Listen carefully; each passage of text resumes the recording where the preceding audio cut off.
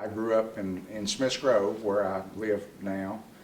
Have lived there all my life. In fact, where I live today is about 2 miles from where I was born and raised. I grew up on I guess you'd call it a diversified farming operation. My dad had a dairy, he had hogs, he had a few goats from time to time. We grew tobacco, as most people did back 30, 40, 50 years ago. And I remember my dad farmed with a team of horses when I was young. In fact, I was 15 years old before my dad bought a tractor. We farmed with horses and mules until I was 15. We milked cows by hand until I was 13. So I remember what hard work's all about. I remember how getting up every day and knowing that you're going to go to the barn and milk, and then come home after school that evening and milk again. So all of that, is very special to me, and I think it's growing up that way. I think has been beneficial to me as an adult. I remember my early days at North Warren High School, and I remember how important FFA and vocational agriculture was, and I guess an encouragement to me to not be afraid to stand up in front of people and talk, to understand how important leadership really is, and just the special relationships I had with the individuals that were a part of North Warren FFA at that time.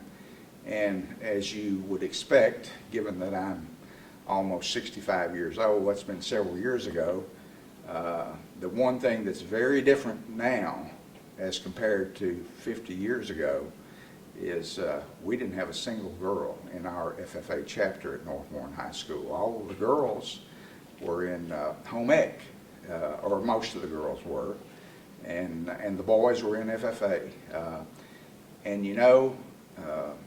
Sometimes old folks like me are hesitant to change, but I can tell you that the change is good.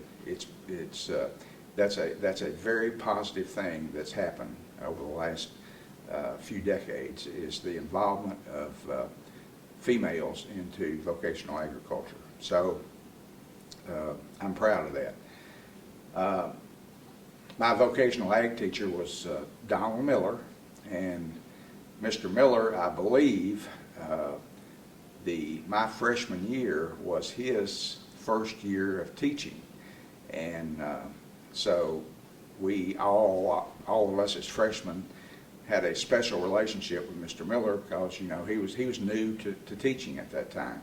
Mr. Miller was from Russell County and still lives in Russell County. He was at North Warren High School for many years as the vocational ag FFA advisor. We had many special memories with Mr. Miller. We were fortunate. Well, the first thing that I would mention about FFA is I was lucky enough to receive the Green Hand Award when I was a freshman, and I remember going to the awards banquet that year and how excited I was that I was the one freshman that was picked out among the whole class to receive that award. Later, as I moved through sophomore, junior, and senior years, we were fortunate to have a very active chapter. We participated in a lot of regional and state activities, and in fact won the state dairy judging contest a couple of years. We got to go to the Mid-South Fair in Memphis, Tennessee, and judge at that level. And I recall, this is one of the highlights, I guess, of my memories of Mr. Miller. The year that we were traveling to Memphis to the Mid-South Fair, there were 4 of us on the dairy judging team. Mr. Miller had just bought a brand new Chevrolet Impala vehicle, a '67 Impala, and another big event in his life. He had just got married. And Mr. Miller, being the frugal person that he was, decided that his honeymoon, their honeymoon, would be the trip to the Mid-South Fair. And he took us 4 dairy judging team members along with him. And I remember when we were getting ready to leave Smiths Grove, headed to Memphis, one of my fellow members of the dairy judging team decided he was going to ride up front with Mr. Miller and his newlywed bride. And Mr. Miller said, "Oh, no," said, "there's room for all 4 of you in the back seat." So 4 of us rode from Smiths Grove to Memphis in the back seat of a '67 Chevrolet Impala. I do recall that. But Donald Miller was, and is, just an outstanding individual. He had Mr. Miller had a profound influence on me as an individual. He helped nurture my love for agriculture and farming and the rural way of life.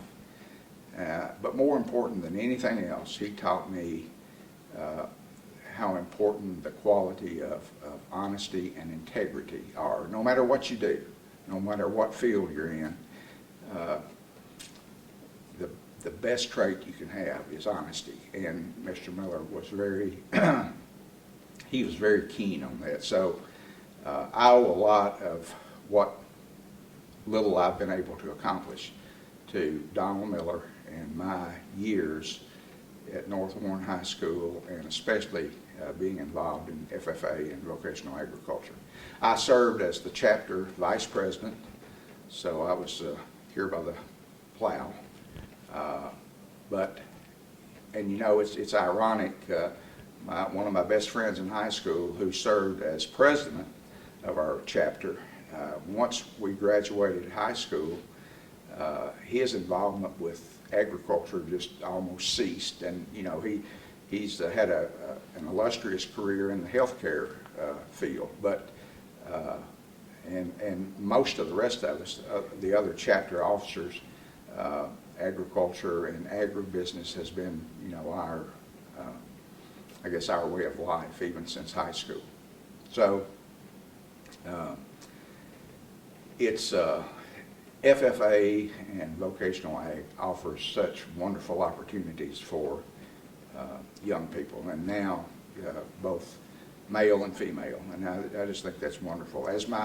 In my role at the Governor's Office of Agricultural Policy, we administer the Kentucky Agricultural Development Fund, and I've said many times, in fact I said it earlier today at a legislative committee meeting, of all of the investments that the Ag Development Fund and the Ag Development Board have made since its inception 15 years ago, probably none will have a more lasting effect than the investments that we've made into youth leadership programs, which includes FFA, 4-H, and we've invested in the Kentucky Ag Leadership Program as well. And I am so proud that we can look back and say, you know, well over $2 million of ag development funds have been invested in the FFA Foundation, and I think we're seeing the fruits of those investments as our Kentucky FFAers excel at the national level in various programs and competitions. So I'm really proud of all of the individuals that have been associated with the Ag Development Fund, the folks I work with at the Governor's Office of Ag Policy, and specifically my boss, Governor Steve Beshear, and the governors that preceded him. They have, from Paul Patton to Ernie Fletcher to Steve Beshear, all 3 governors have been very supportive of what we do with the Kentucky Ag Development Fund, and it's the prudent investments, I think, that have been made, and as I said, especially in youth leadership programs like FFA, have been very, very positive. What stands out in your mind of the things in your life that's helped you to get where you are today? Well, certainly, as I mentioned, FFA and my role in FFA, the opportunities that FFA and vocational agriculture afforded me. You know, I grew up in a very small rural community, Smiths Grove. Was part of a graduating class that had 38 members, I believe. So just a total environment that most young people today are accustomed to.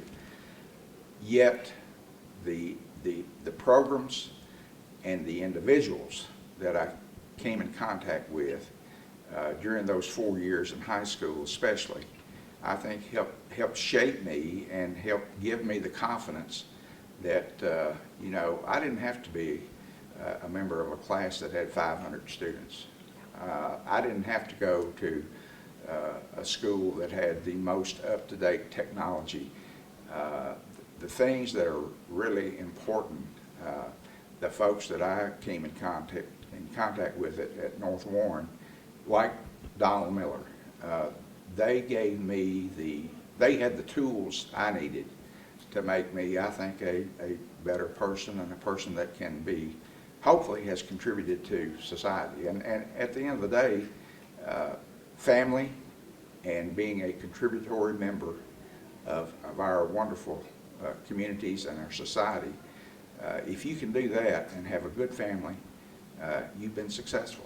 You've been successful. And I think, hopefully, the same thing's happening today with chapters all across Kentucky. We're equipping young people, their advisors, and those around them are equipping young people to have the tools they need to be successful. At the end of the day, it's always the responsibility of the individual to take advantage of those tools. And hopefully, I've been able to do that at least to some extent. And I hope, my wish for the hundreds of FFAers that are here in Lexington for the convention, and all those that aren't here and involved in their chapters around the state, I hope that they have the willingness to take advantage of those tools when they're afforded.